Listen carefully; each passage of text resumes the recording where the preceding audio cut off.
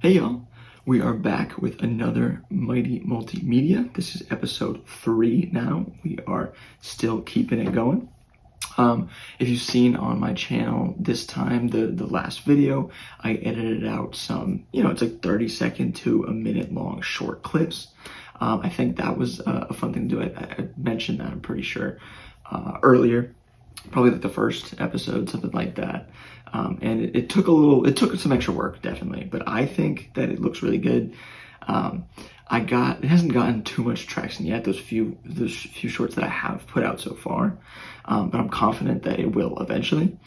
I had this channel, but its previous incarnation was kind of minute-long reviews, and those were getting some decent views. So hopefully we can get this up too. I think it's more enjoyable. I would rather watch something like that, something more of a just kind of on the cuff, talking about whatever I'm interested in. It's pulled right out of a conversation, so it's natural. It's not forced. A lot of it other was forced.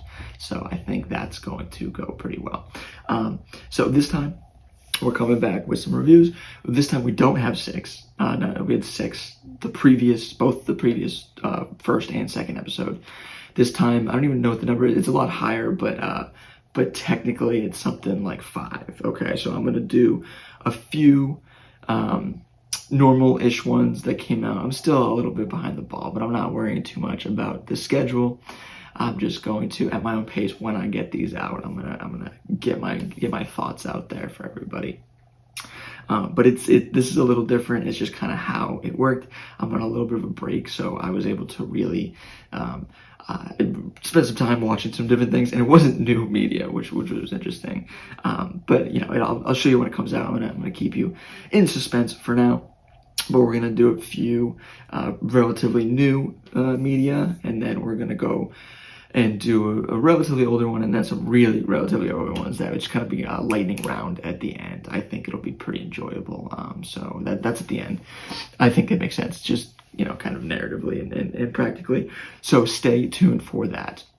All right, so first, as I mentioned last time, I had not seen Barbie or Oppenheimer.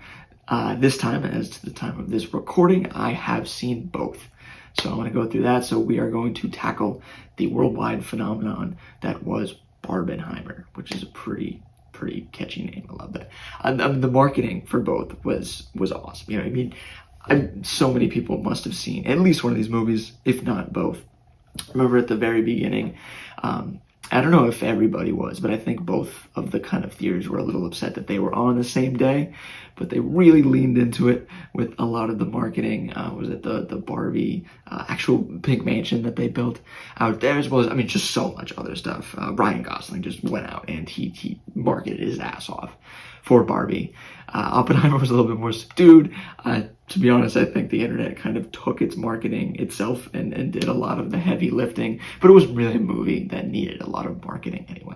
But aside from all that, the great marketing wars of 2023 for this box office performance paid off pretty well. Both did okay. A lot of money for both of them coming in. Barbie crushed. But Oppenheimer pulled in some pretty substantial numbers as well. But either way, it brought us these both interesting films. So I'm going to go through both of them. I'm going to start with Barbie, okay? And we're unfortunately going to start a little bit on the negative side here, right? So when the concept of Barbie, of this movie, first came out, I was excited. Barbie's not entirely my thing. I never played with Barbies or whatever, but it's a known property. It has a lot of history. It has a lot of stuff behind it. You had a great cast coming out with Margot Robbie and Ryan Gosling heading up, and then a bunch of them filing behind there. There's going to be some cameos and such. So it looks great. I thought it set up something really well. It said it was going to be something of a comedy. So that nails it. That's what it should be. That's what it is. So this first okay, it wasn't the first, I guess, right? Because there are something like 300 animated Barbie films or something. I've not seen a single one of those, which is kind of funny. I don't think they used any continuity. There might have been like an Easter egg or something that I absolutely did not pay attention to because I had no frame of reference. Yeah, let me know if there was, if someone knows. That would be kind of cool. I feel like someone probably did that. But either way, so this just, you know, the idea, the genre, the way the movie's coming out, and the cast, it looks really good. I was excited. You know, I mean, I'm an Oppenheimer guy. I was more excited for Oppenheimer, but I was ready. You know, it would have been a fun movie to watch. And then the first trailer came out, and I got a lot less excited, unfortunately. I don't know what I thought the movie was going to be, but the trailer, I could see it was not what I wanted it to be. From the trailer, they showed you that they were going to go into the real world. You got Will Ferrell. I don't know if I knew he was in that movie before the trailer, so I guess that was a little bump up. But then a big slide down was we're taking Barbie into the real world. I'm just not a huge fan of that. Sometimes it works, sometimes it doesn't, right? The most recent one, I think, was Super Mario Bros. I think it didn't work at all how they went into the real world, but at least it was animated, so it was a little, I don't know, less of a, I don't know, like a smash in the face, a big brick wall. I still don't think it worked. I think it should have stayed in there, but it started in the real world, went into the Mario world, and came back into our real world. So I mean, that might actually work worse. I just thought Mario should have been in his world. We should have seen what was going on, and we should have just had a fun adventure. Instead, we needed to have these ride-alongs and explanations, and who the hell is Mario? You know, I mean, we know who Mario is. We don't need that. We need Mario. This is Mario. Barbie didn't do that. Barbie was established, right? Clearly everyone knew who Barbie was, but she waved through the entire goddamn town when she woke up every morning. But aside from that, they did go into the real world pretty substantially, brought factors back into the Barbie world, and it affected the world a lot. From the trailer, I saw that it was going to the real world. I did not like the concept. I had flashbacks to movies like that. And then going into it, I don't think it worked well either. The execution. Okay, so I do want to give this movie props for, you know, taking the big shot, the big swing that it did. It could have just set in Barbie and had a pretty light comedy, which I think would have been maybe better. But aside from that, they went into the real world. They really pumped up a lot of the comedy, but more importantly, they pumped up a lot of the tackling of issues, philosophies, and things like that.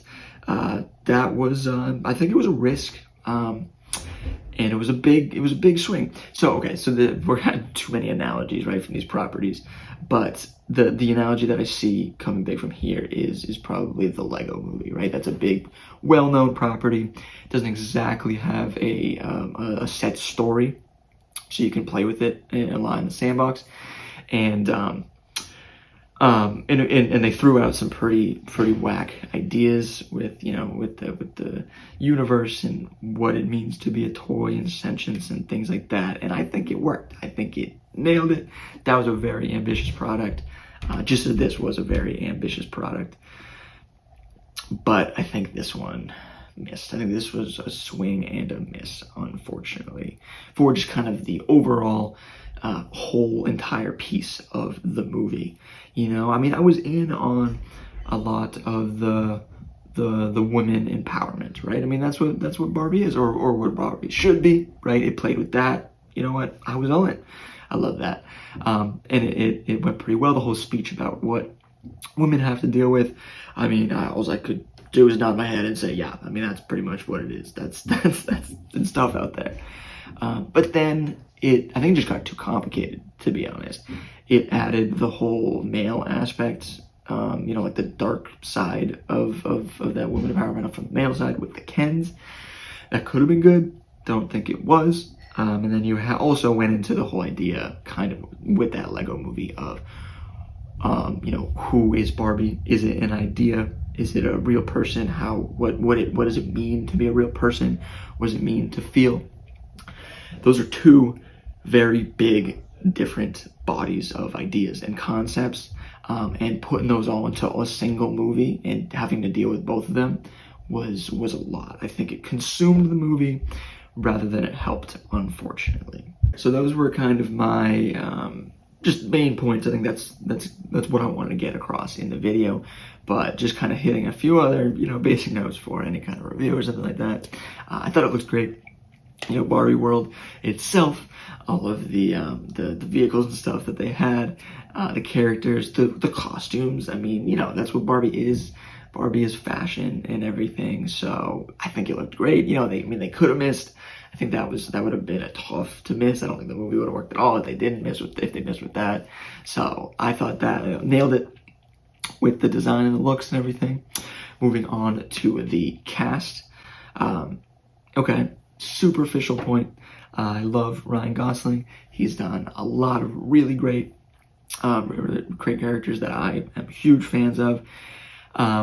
And I think he did good in this. He acted well. I think he had a blast doing it. So, I'm always for kind of actors having ideas like that.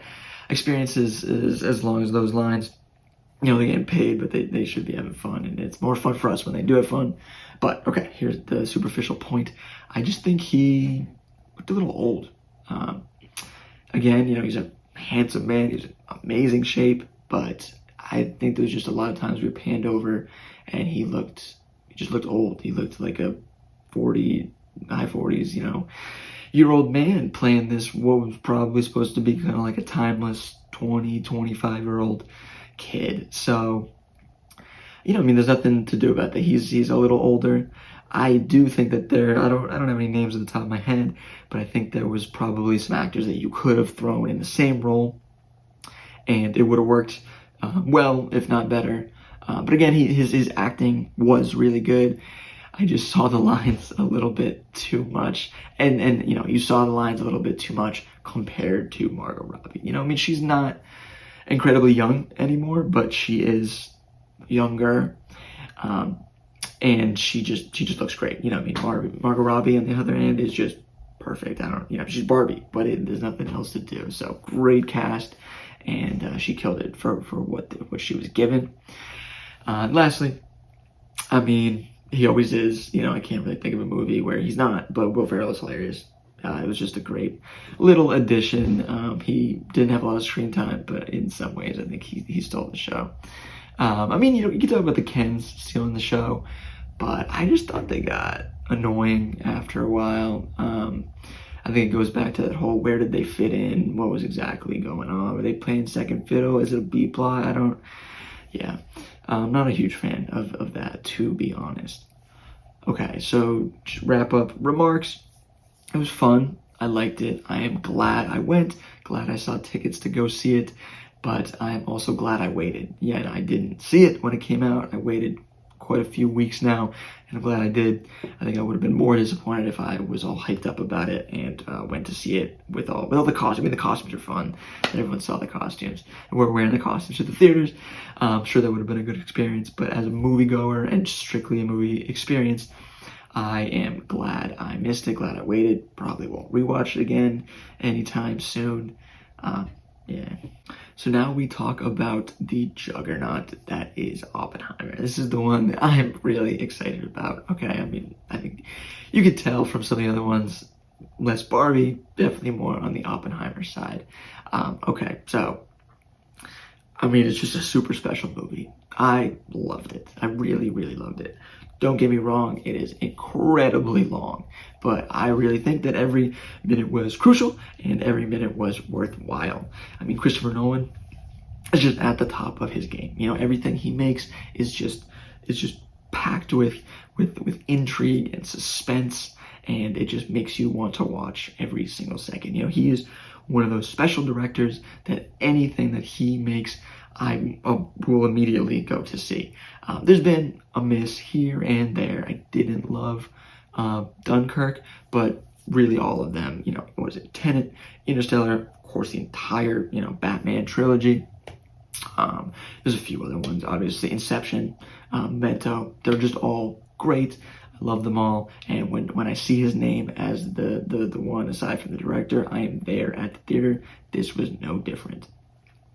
The other elephant in the room, Cillian Murphy crushed it. He is just so good. You know what I mean? He is a veteran of Christopher Nolan movies, but he just immersed himself into this character 100%, and he just gave a stellar performance. I mean, if he doesn't win some type of award anywhere, it's right. I think he really, what I heard was he really invested himself in this character, as he does in a lot of other ones, but not just him. Everybody around him, Christopher Nolan, and all the people involved in the actual making of the movie, the actors. I'll get to the other actors in a second. But so this was made. The movie was produced largely pursuant to a book that took decades to write. I read a New York Times article about it. It was pretty interesting. That one is called American Prometheus. I haven't read it, but I assume that it's pretty solid. I think it was like 25 years in the making. I came out a while ago now, but a lot of the beats and the details of this story came from that text. I heard that Cillian Murphy had his book, and a lot of the other characters had their books reading, and to make sure that they were delivering the best, most accurate performance. I think the accuracy and just the devotion and passion in this movie really, really, really did come through. And yeah, I heard because I think one of them might have passed away, but one of the authors of the book got to go to the cast. They were all very excited because they really appreciated the foundation that they left them to craft their characters and the world. But circling back to that with the acting, Cillian Murphy just, what an amazing performance. And then there's the other ones, right? I mean, just what a star-studded cast. Every moment you looked at the screen, there was a new great actor. I couldn't remember all this, so I'm going to read a lot of these here, right? RDJ, Matt Damon. I mean, Matt Damon's already a beast, but I loved his general military guy role here. Emily Blunt, Florence Pugh, Jack Quaid. Jack Quaid's a beast. He's killing it nowadays. Rami Malek, and Josh Peck, among others. I mean, there's a bunch of other ones that I didn't name that you can see. But just, again, it's the name of Christopher Nolan. He said, he called and they came running. Everyone wants to be a part of these movies because why wouldn't you? And just, he also didn't, because you do have the danger of stuffing those star-studded characters into there where they don't mix. It's not their role, or they're lazy because they're so big and they don't give a great performance or whatever. But I think he got the best out of all of them. They were all in great roles. They only elevated the film. Just whew. So a lot of people are probably talking about that, have talked about it. But in this movie, I mean, the sound was just so crucial. It was so important, and we knew that. There's this big visual aspect and other aspects of nuclear explosions, but there's also a big sound impact. And so you felt that. When I watched it, I sat in the very first row, so I think I felt it maybe more than others. But it wasn't just the big giant, the nuclear explosions, and when it was in those high impact moments, it was really well on the spectrum, right? It was really powerful in those high impact moments, and it was really powerful in the solemn, low, intimate moments. I think they both complemented each other really well. You couldn't have had such a great movie if you only had one and not the other. So to get those loud moments, you need to also nail the quiet moments, and I think they did. I think Oppenheimer just sounded great. Sound can be good in a lot of other movies, and a movie oftentimes can't be great if the sound isn't great. But this movie particularly, it needed the sound. I mean, you know what? I'm going to take that back. Movies can be good with not great sound, because sometimes sound is not a big aspect of it. Sound doesn't add to the feel of the movie. It's just in the background. You're not even really paying attention to it. But this movie was. This movie was sound was crucial, and it worked. Then the other thing is, I'm a huge history buff, and I love the history in this. I mean, what a pivotal moment, right? The entirety of World War II is incredibly important, but the creation of the atomic weapon is just a crazy historical moment, a pivotal moment. I mean, everything changed when that happened in our history. And Oppenheimer as a character, see, everyone knows that, right? Everyone knows that when the nuclear bomb was created, that the world changed. But not too many people know the person behind it. I mean, as we see in the movie, there's a lot of people behind it, but the actual face of Robert Oppenheimer is a person that not a lot of people might be super aware of, and they should be. And I'm glad that this movie came out to kind of explain this and explain who this person was and what his role in history was, and his incredibly unique dichotomy and just like soul-wrenching life, you know, having the two parts on the scale. One, furthering your career as much as you can. You're a scientist, you're at the top of your field, and you're pushing boundaries to see what you can do, to see what humanity can do. But on the other hand, you could destroy the world, or you could put the world on a path to its own destruction. I mean, just the just impact that has to have on the psychology of a man, of a single man, just like us, dealing with these unbelievable circumstances and not even possible circumstances. Who knows what's actually going to happen, but also this unbelievable drive to keep going and to see what could happen, because I mean, it could be really powerful. It could lead to really good things, or it could lead to nothing, to the end of everything. And just what a person, what a beautiful mess. And I'm glad we got to see it. I'm glad Nolan and Murphy brought it to life here. And then on the history aspect, I wanted to bring this up. The little JFK name drop, you know, what do they call it, post-credit scene, whatever. I guess, no, it was just like a name drop. A lot of people made fun of it, you know, talking about making it like a Marvel movie or whatever. It's not a big deal. I don't know. I mean, I thought it was fine. It didn't take away anything. It was 2 seconds. Everyone knows who it was. Everyone knows who JFK is. He's a great character, great historical figure. So it was good to see him. And I mean, you know, that's what happened. It's history. That's what happened. So deal with it. It wasn't artificial or anything like that. All right, I just want to wrap this up with my thoughts on just kind of the impact of now, because it is a fairly, you know, political and current type of movie. So obviously there was the Albert Einstein ending. You know, I can't recite it line for line here, but it was just, it was important. It really put a bow on everything. It was a through line through the movie, so narratively and structurally it made sense. And at the end, that just, for me, at least, a lot of impact. You know, I mean, the impact, I'm going to hold a lot of my thoughts on nuclear weapons in general, and in our age, their role today, because I think that's a long conversation. I don't know if I want to have that right now, but just the fact of this is where it came from. These are kind of the initial thoughts of these men and the single individual, as well as the collective team that just had such an impact on our world in general, is just so powerful. I'm glad it was to be able to put on screen. I'm glad some more people were able to dive into this history and give these kind of aspects some thought. But I did end up watching Barbie, you saw. But in the end, I am glad that, and again, I didn't watch this when it came out. I probably would have had a blast. It's just, I don't know, life and doing other things, but I saw it relatively shortly after. But in the end, I'm glad I picked Oppenheimer over Barbie to see first. Third, we have a fun one. So this is Netflix's Quarterbacks. I'm a huge football fan. I think I've mentioned this before. Football is just a few weeks away. By the time this comes out, football might be either started or even closer. But it's making me miss football, and it was making me miss football when I watched it.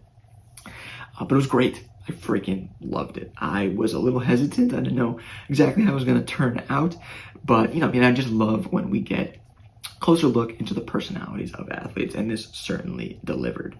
So I think the best way of doing this, running through, is to just go through the 3 quarterbacks, right? Some are going to be shorter than others. I mean, I'm sure you know why, or you'll soon see why. But I'm just going to run through. All right, so first, we have Marcus Mariota. Has been kind of thrown around to a bunch of different teams. This was the season that he was on the Falcons last year. And it was an interesting pick. just from a kind of producer, showrunner lens. I don't know exactly what they were expecting. He, he did a lot less than the other characters. He had a tough season. I don't think anyone really expected him to have a great season. But it was good to see the other side of it, I guess, the hurt, I suppose, the quarterbacks who aren't the superstars, even though he was, a high value pick at some point, but his career just never really panned out. I don't know, you saw the defeat. We'll get to that moment. But just not even the defeat, just kind of the crushing loss of just not having a great career. That perspective was interesting. It was just unfortunate how he left. He just kind of abruptly disappeared from the show. There wasn't, you don't want to just see the crush of his career as he was sitting on the bench with Desmond Ritter playing and all that. So I get it, but it was a little weird. Maybe they would have picked someone else, and I'm going to go into some picks, and it seems like they're trying to aim for higher, who's someone who's just going to have a great season. So number 2 is Kirk Cousins from the Minnesota Vikings. He's just I would hang out with Kirk Cousins. I hadn't seen much of his personality before, but I saw an awful lot with it here. I gained a lot of respect for Kirk Cousins. He earned a lot of respect from me for watching this show. Just a great family man. Man, the dude just fights through a lot of pain. The things he does to just stay on the top of his game as much as he can is impressive. You can tell he loves the game. And then what a special season. They just got really lucky. They got lucky with another team, but they got lucky with the Vikings. I think they captured a lot of special moments. Kirk Cousins with the chains and all that, just kind of really letting loose. I think those were just some fun moments, all that brought with it. The greatest comeback in the regular season, pretty wild to happen to catch in this. 3 out of 32, quarterbacks, because there's even more with backups and all that. And then throughout all the years, you with this one, you caught the greatest comeback in Super Bowl history, or in regular season history, is pretty special. And then just the great season that they had, and the unfortunate loss. They didn't have everything that they wanted, but they made it far, and the loss was impactful and emotional and good for television. And then the third one, so didn't have a loss, Patrick Mahomes of the Kansas City Chiefs. I used to really dislike Mahomes with a passion. I've been a Patriots fan. I'm a large, I like a lot of different football teams now, but he was just cocky, didn't love him. But after watching this, and even before this, I have gained more respect for him, like Kirk, but just more I never disliked Kirk. I'm starting to like Patrick Mahomes a little bit more. He's just good, right? He's just very impressive. So that's a lot of it. But he was a good guy. He's a good teammate. He's a good family member, it seems. It's hard not to entirely like the guy. His voice is still not great, but we put that aside.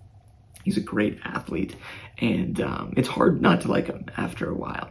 And then obviously, they got really lucky with this. I'm talking about getting lucky with the Vikings.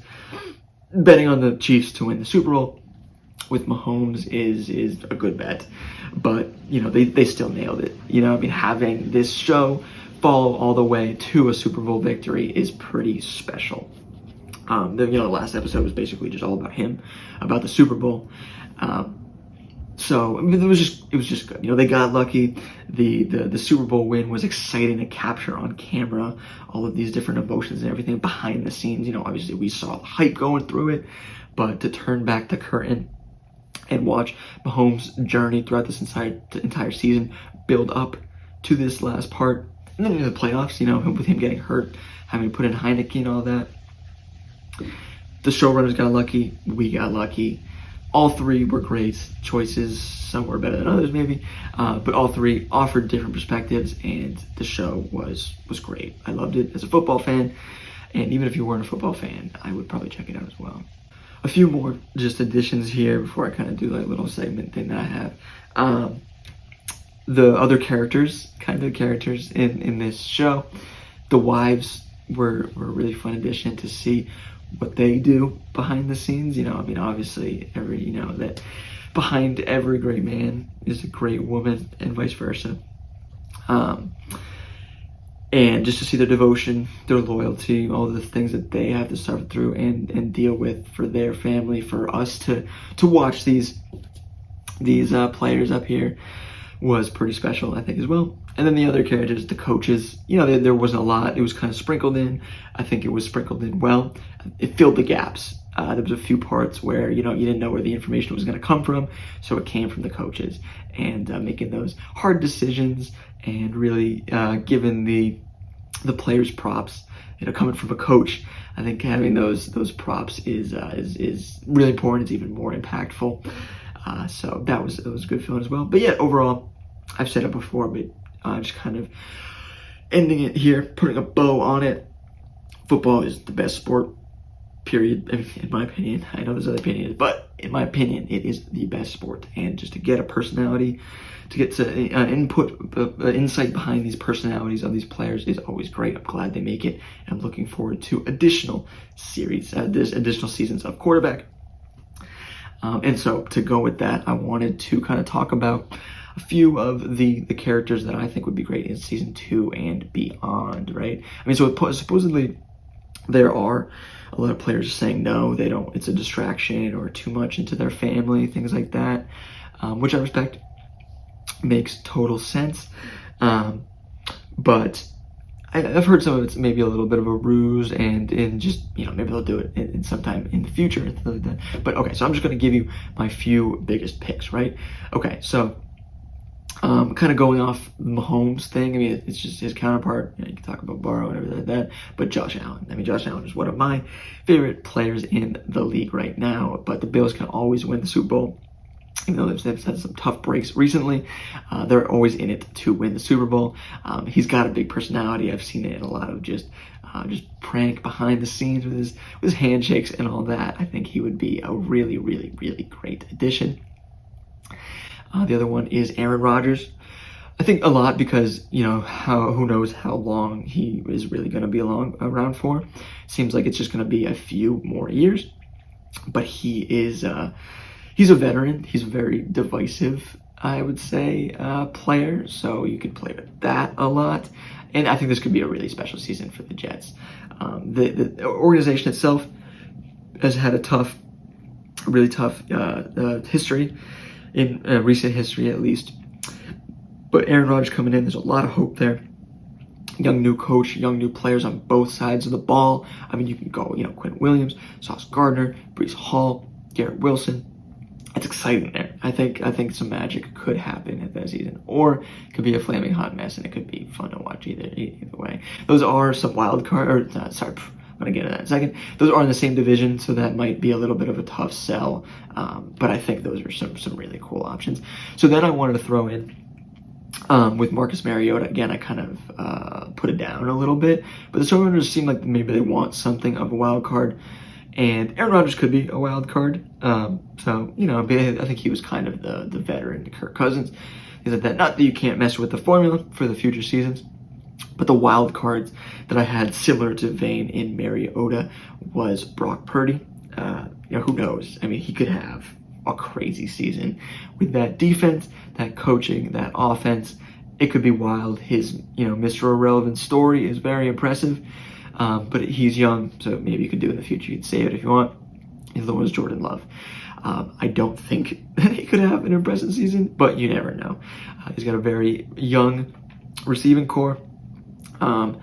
Defense is interesting. Coaching is interesting. He's got some good running backs. I don't think it could go. I don't think it will go well, but there is a small chance that it could be a pretty interesting season. I mean, you know, it went right from Favre to Rodgers. You know, those are the only quarterbacks we have had for the Packers for the past few decades. So I don't know. I mean, could Love continue that trend, that role? Who knows? I think it could be an interesting one. And then just a few other. These are mostly big names. Tua, Joe Burrow, Trevor Lawrence, Jalen Hurts. I mean, I would love to see any of those guys getting an insight into them. I think Tua and Jalen reportedly have both said no. I mean, you know, they could be maybe They can maybe be convinced in different ways. But the other ones, I think they could go. I mean, I think Trevor and I think Joe Burrow could be fine. I don't think it's really gonna make them lose their cool, so it's not gonna affect their season. So they should do it. And then the last idea, I mean, do a rookie. I don't know. Bryce Young would probably be the easy one.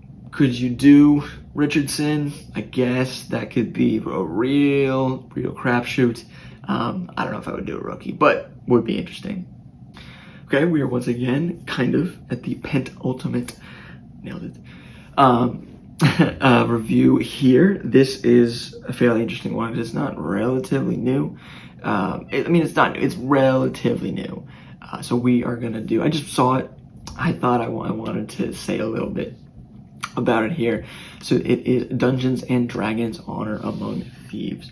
And it was a lot of fun. I thought it was a blast. This is another kind of property that doesn't have much of a story like Barbie.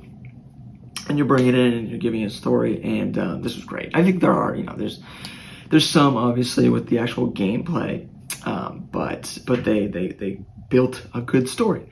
The characters were all, the characters and their backstories all just unique and great. I think Chris Pine and Michelle Rodriguez were great leads. They killed it up there. The motivation with the daughter and all that was awesome. I really just believed it. I appreciated a lot of it. Everything looks great, from the character designs to the CGI creatures, all that out there. The fighting, you had to have this movie look great. I think there was a past movie that was just old. It was like the 80s and 90s or whatever, and it looked like garbage, so you couldn't believe anything, so you really couldn't get invested, and the showrunners couldn't really have fun, so this CGI was important to make it look great, and it did, right? The pacing was quick and lighthearted, exactly what it had to be for this type of movie, I think. There's some great jokes in there. I specifically like, the good wizard guy, or whatever his name was, with the armor. He was just great at everything, but he was kind of like Drax, just didn't understand things. Very robotic was a standout. He was awesome. I loved him. The fat dragon was a nice little gag. Just still solid stuff. Just hitting it in every time. So I personally have not, I don't think once, yeah. I've watched other people, but I've never myself personally played D&D. But I think that, coming from a person that hasn't done that, I think that this movie captured the spirit really well. They took a lot of random things in stride, just kind of taking them for granted, which you have to, that these characters are just all established, not asking too many questions, just dealing with it, and adding in what I presume to be some Easter eggs with some different objects and characters and powers and things like that. I think my sister played some, and she was pointing out a few things. So it seemed like they added some good stuff in there too. But it also added storyline, drive, structure, things that a movie like this needs when you're working on the property. Some that miss, unfortunately, but it added them really well. It needed to add them, so that was good. I liked the ending a lot. It was keeping you on your toes, from the plan failing and them getting trapped in the arena, to how they finally defeated the evil witch with the daughter with the invisibility was awesome. I knew it was going to happen, but how they brought back Michelle Rodriguez from the dead, sacrificing the memory of the mother and all that, bringing together the family.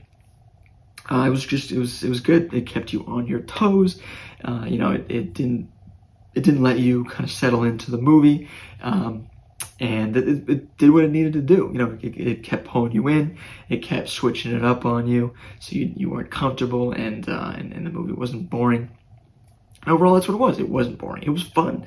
It was just a blast. I just can't stress that enough. It was fun. I would watch many more adventures with this cast of characters. I would watch them if they made additional sequels of this with these characters, adding new characters, different characters.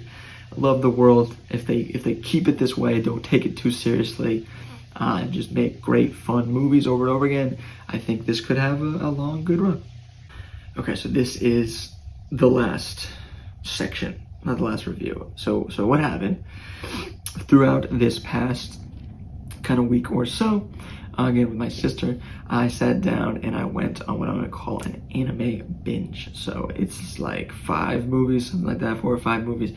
I just watched a bunch of them that I hadn't seen before. So I wanted to kind of lightning round here, just go through and give a few thoughts. I just thought this would be fun. I watched them. I wanted to send it out for you guys. And I like some of them, anime is good. There's, you can't let people make fun of it. It is a worthwhile art form. There's a lot of great movies, a lot of great art that have come out of, a lot of great stories that have come out of this genre. If anyone is kind of putting it down just because of what it is, the stereotype or whatever that it has, you tell them to go watch something. Tell them first of all, screw off and who cares? It doesn't affect my viewing experience. And it's your loss if you don't want to watch it, but really just getting them to sit down and watch. Watch a good one. Don't give them a bad one to watch. But if they really just sit down and watch a good one, I've had so many people do that. They think it's for children or just for weirdos or whatever, and they sit down and watch it and they just realize it's just another art form and it's another way to make great stories. So the first one I watched was Ponyo. Definitely a classic. I think all of these are Ghibli movies, most of the ones that people watch and that are good are. But yes, so starting out with Ponyo, so I'm going to be fast with this. I'm going to try to be fast with this, not get too bogged down at least. It was just weird. I just thought it was too weird. I knew some stuff about this. I was expecting some good things, some kind of Spirited Away, Totoro vibes. I don't think that's what I got. I think it was too weird, and I think it was too many people not just recognizing how weird it was. Just with the fish itself is obviously super weird. It's just it was a fish and then it turned into a person, and like people do that and they just dealt with it. And then also that there were 5-year-olds. Someone should have done something. They should have definitely had some more supervision, a little bit more supervision. And everyone just accepted this. It was just a fish girl. They're both 5-year-olds. Everyone just rolled with the punches. No one questioned it. No one was like, hey, maybe we shouldn't let these people go off in themselves in this destroyed town in the middle of this tsunami or hurricane or whatever. They're probably gonna die. I know it's just a fun kids movie, but it was just too weird, I think, was a lot of it there. There was some heartwarming moments, certainly, with these 2 young kids and just kind of like the love that they were building up, I guess, love, respect. They're 5-year-olds, again, I know it's just kind of maybe Japanese culture or whatever, but, what he's gonna love him now? What if he doesn't love him in 10 years, 20 years when they're actually old and has actual, sentient thoughts? Either way, there was some heartwarming moments with them in the boat and hanging out and all that, but I just didn't think it carried the movie. Again, too weird. Lastly, still can't decide whether the Ponyo theme song is catchy and amazing or just the worst thing ever written and put to recording. It was at the end. It wasn't even in the movie, but it was something, and I still haven't decided. I'll keep you updated on that. Next one, number 2, is The Cat Returns. I don't particularly like cats. I'm allergic to most of them, not all of them, because there's different fur or whatever. Beside the point. I liked almost every part of this movie. Every aspect of this movie was great. They designed the fantastical cat kind of medieval world just beautifully. I thought the dynamics of it and the look of it, everything worked well. The contrast between the real world and the cat world was really well executed as well. At the beginning, just seeming like nothing is totally wrong, and then adding all these weird things, and then just bringing you into a whole new different area, throwing everything out the window that you thought you knew. Worked really well. The cast was awesome. The main character was good, but specifically, the Baron and the fat cat and the crow and things like that were awesome. The cat bureau, that's what they call it, the Baron, was awesome. Love them. I would honestly watch so many adventures with them, hopefully doing more exciting things. I don't think they've ever done anything like that, but I would definitely down to watch some sequels of those with or without the main character, the girl, there as well. I do want to just kind of point out there's definitely some kind of weirder furry vibes here and there throughout the movie that I wasn't super in on, but it didn't ruin it for me, anything like that. You could move past it, and it was just the world that you were living in, the world that you built, and again, something with some culture, I think. And then lastly, for the cat returns, just wanted to put it out there. I mean, that freaking Cat King was just like unhinged, just out of pocket for so much of the movie. Just wild. And he just got put in his place at the end beautifully. But just what a character, what a freaking performance by that. I had to point it out. That was crazy. Okay, next up we have Nausica of the Valley of the Wind. And I'm just gonna start off with saying, so I watched the dubbed. I was kind of comparing because my sister had seen this before. She was a big proponent of this movie. We went back to the sub to see if there were some differences, just kind of here and there. There were some differences, so it could have been the problem. I don't think the differences were that big or that pervasive, so I don't think that was the problem. Okay, so the whole movie, I get it, right? The climate change, the nuclear weapons allegory, I get it. I really do get it. It just didn't work for me. The biggest problem, again, and this was kind of the problem that we were trying to see if it was solved in the subbed, but I even think just watching the story just visually, you could see just too many stupid characters making irrational choices. It's the end of the world. I get it. There's a lot going on, but just make better decisions. I'm not going to go through all of these different examples that I had, but there's just so many. I just didn't, why? Just be more intelligent. Just think about it for 2 seconds. It just didn't make a lot of sense to me, the decisions that they're making, and I think it was ruining a lot of the movie and the progression. It just kept kind of taking me out of it. And just a last point, a little positive spin on it. I did love the world building. It was a relatively contained, shorter movie, but the scope of the world was gigantic. So the way they built the world was very impressive, and the visuals, just the bugs and the forest and everything was, it was haunting and terrifying and beautiful. So it did nail that. Again, I just think that the story could have used a little bit more of a once-over.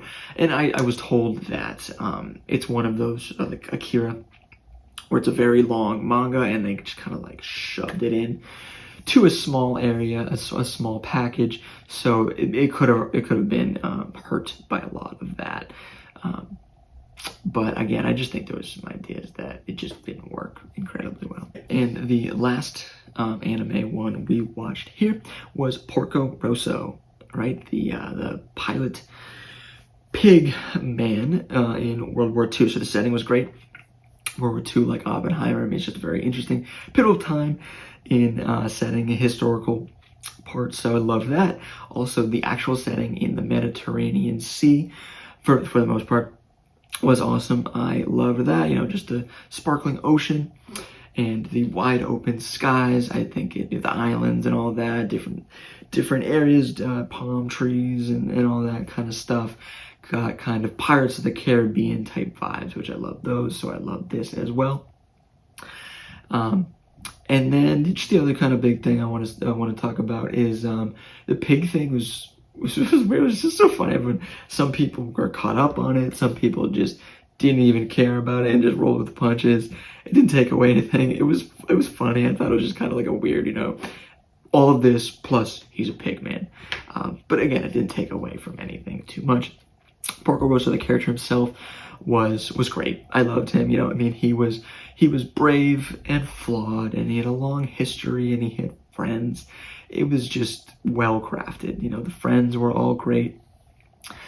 From the engineer to the daughter that ended up coming with us, to the love interest and the other pirates. They were all fun with the big ending with the fights and the celebration of the gambling and all that.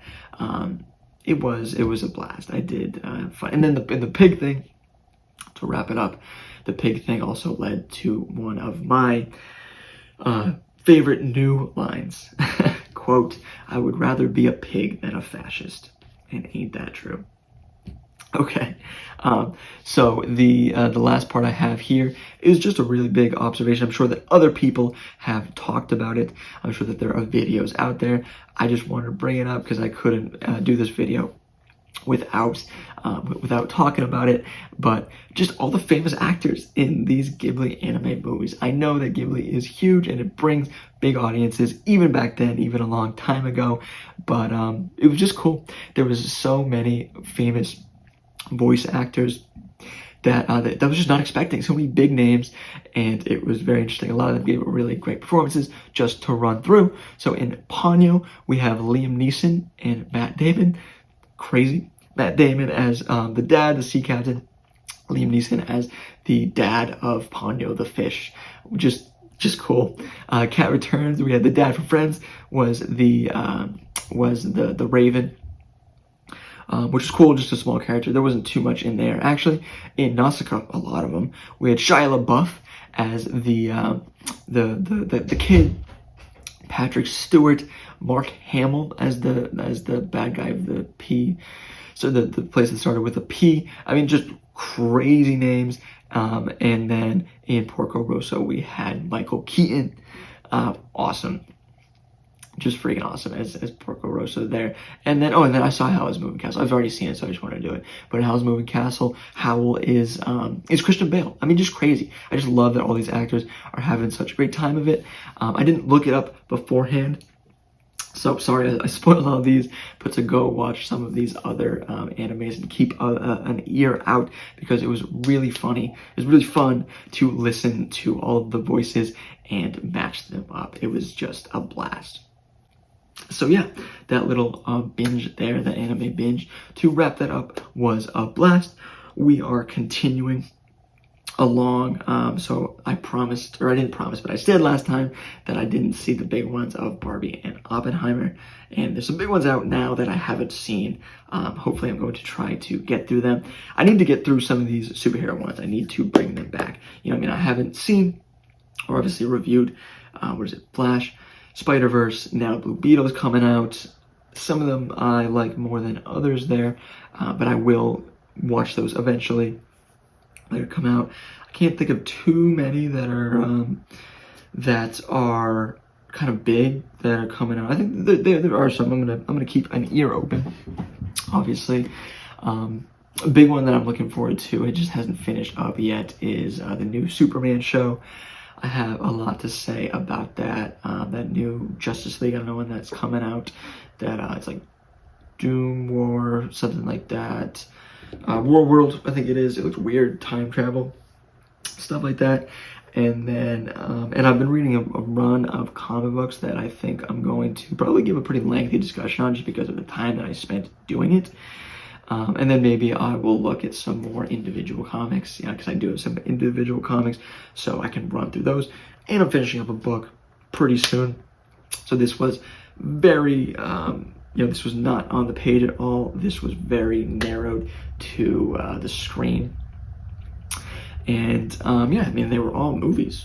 Even the anime ones were movies. I don't think there was even a single, well, no, Quarterbacks was a TV show. Quarterbacks was a TV show.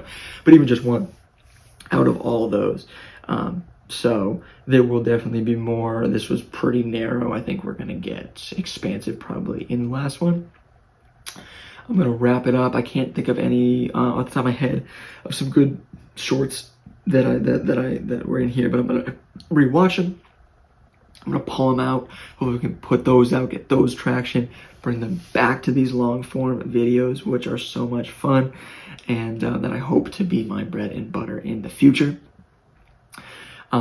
So let me know what you think about those. I think that they're really cool, and also with these big forms, for me to edit it out and again just to watch all of the material, read it, and all that.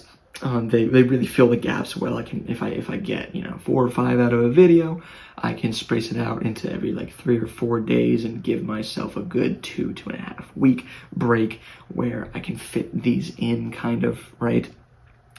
And I can keep it going and like not let anyone forget about it. But yeah, it was a blast. As always, keep going. I still haven't done those other not review kind of areas. I think these are good.